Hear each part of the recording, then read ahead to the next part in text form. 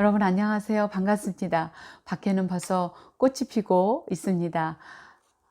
여러분들 혹시 나무를 더 좋아하세요? 꽃을 더 좋아하세요? 예, 저는 나무를 더 좋아하는 것 같습니다. 여러분, 사람의 그 인체와 비슷한 그 소리를 낼 수 있는 것이 악기 중에 바이올린이라고 음악가들은 이야기하고 있습니다. 이 바이올린을 만드는 데 있어서 그 좋은 제재가 필요한데 그 나무가 가뭄비 나무라고 이야기하고 있죠. 그래서 독일에는 가뭄비 나무가 이렇게 있습니다. 그래서 오늘은 제가 들고 나온 책은 가뭄비 나무의 노래라는 이 책을 들고 나왔습니다.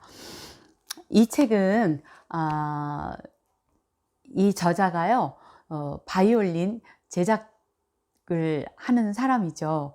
이것을 만들면서 하나님과 기쁜 인간의 그 내면, 이런 속에서 그 하나님의 울림의 소리를 이 책에서 이야기하고 있습니다. 저는 지난주에 그 미스터 트롯 결승전을 보게 되었습니다. 전 사실 트롯에 대해서는 잘 몰라요. 그리고 그들이 부르는 노래 같은 것도 잘 몰라요.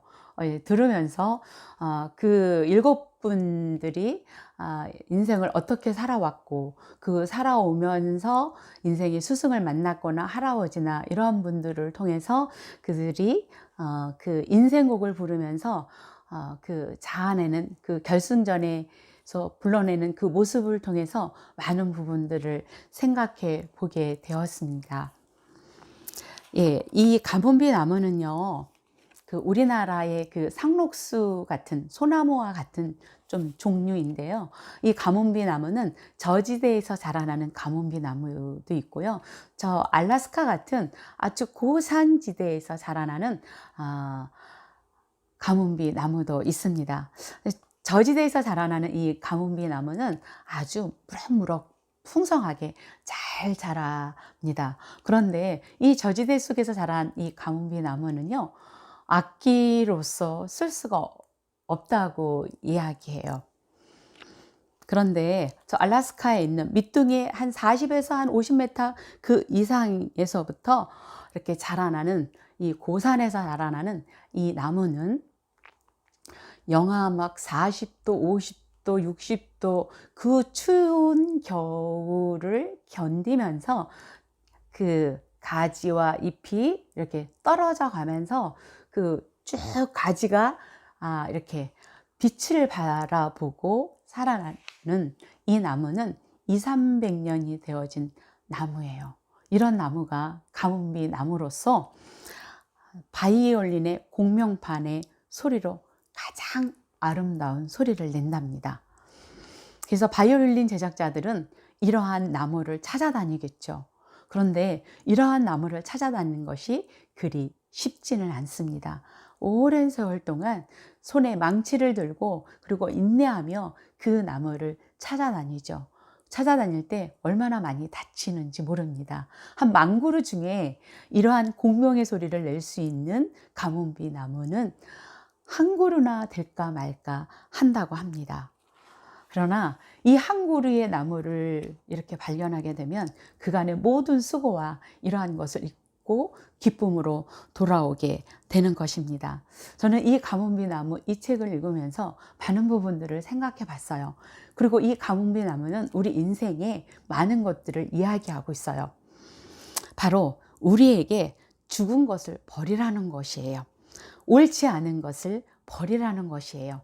이 가뭄비 나무는 고산지대에서 그 빛을 바라보면서 살아나는데 이 빛을 가리는 잘못된 모든 것들은 버리고 잘라내라 하는 것이었습니다.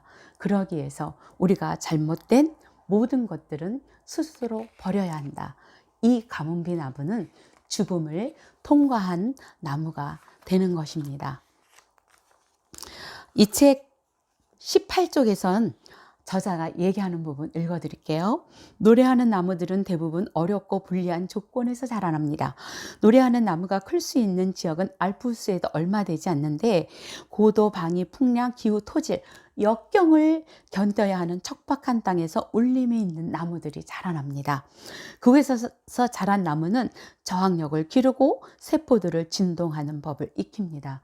빨리 자라난 나무는 저항력이 없고 빨리 자란 나무는 자유롭게 공명하지 못합니다. 사람도 마찬가지겠죠.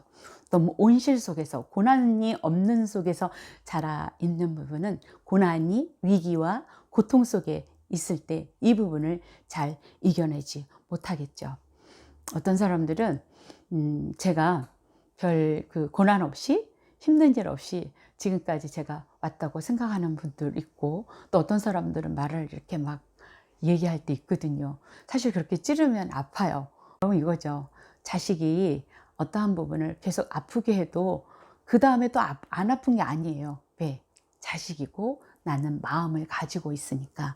이런 것처럼 노래하는 나무들은 반드시 죽음을 거치게 된다는 것입니다.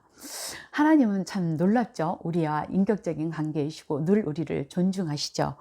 그런데 하나님은 사랑하신데 그 사랑을 우리에게 강압적으로 넣지 않는다는 것이에요.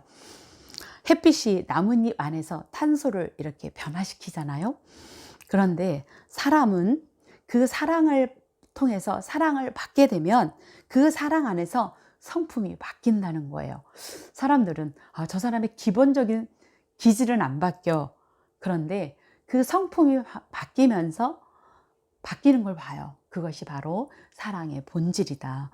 그러면 우리가 정말 그 바뀐 부분, 이것이 있었으면 좋겠는데 어떻게 그것들을 받을 수 있을까? 받을 수 있는 것은 바로 이거죠.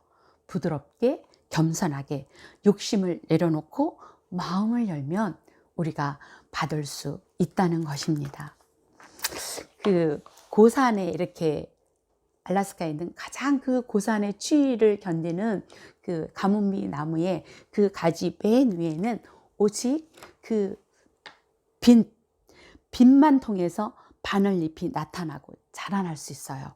만약에 이 빛을 받지 못하게 되면 이 나무는 사멸하게 됩니다.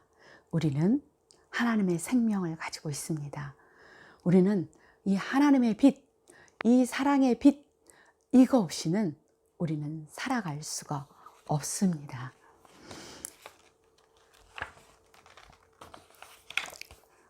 이 저자는 이 책을 통해서 우리의 삶에는 두 가지 놀라운 순간이 있다고 이야기해요. 그것은 뭐냐면 하나의 순간은 위기의 순간이고 또 하나의 순간은 계시의 순간이라는 거예요. 그런데 많은 사람들이 위기의 순간은 안 돼, 나 그거 피하고 싶어. 계시의 순간만을 원한다는 것이죠. 마치 순풍만을. 그러나 이 순풍만을 가지고는 역경을 견디지 못해서 공명의 소리를 내지 못하는 것이죠. 하나님 앞에 쓰임받는 사람, 그리고 하나님을 마음껏 노래하고 싶은 사람. 우리는 정말 하나님 나라에 가게 되면 하나님 앞에 인정받은 그러한 자리에 있고 싶잖아요. 그리고 여기서도 그 하나님의 노래를 마음껏 부르는 하나님을 사랑하는 사람으로 이 자리에 머무르고 싶잖아요. 저는 노래를 잘 못해요. 그래서 제가 노래 잘하는 사람하고 결혼하고 싶었어요. 노래는 잘 못하지만 그 노래의 하나의 음표가 되고 싶었어요. 노랫말의 식기가 되고 싶었어요. 바로 하나님의 가슴을 움직이는 하나님의 울림이 되고 싶었어요. 하나님은 위기의 순간과 계시의 순간, 이것을 조화롭게 우리가 잘 넘길 수 있을 때에 하나님의 울림으로, 하나님의 악기로 우리는 드러낼 수 있을 것입니다. 많은 사람들이 신종 코로나가 전 세계에 확산되면서 두려워하고 힘들어할 때 하나님의 울림으로, 하나님의 그 빛으로 여러분이 그들을 감싸 안았으면 좋겠습니다. 여러분 승리하시기를 바랍니다. 혹시 아직까지 저의 구독과 저의 이 부분을 좋아요를 아직 눌러주시지 않으신 분이 계시다면 구독과 좋아요 부탁드릴게요. 하나님의 울림으로 한 주간 승리하시기를 기도합니다. 감사합니다. 사랑합니다.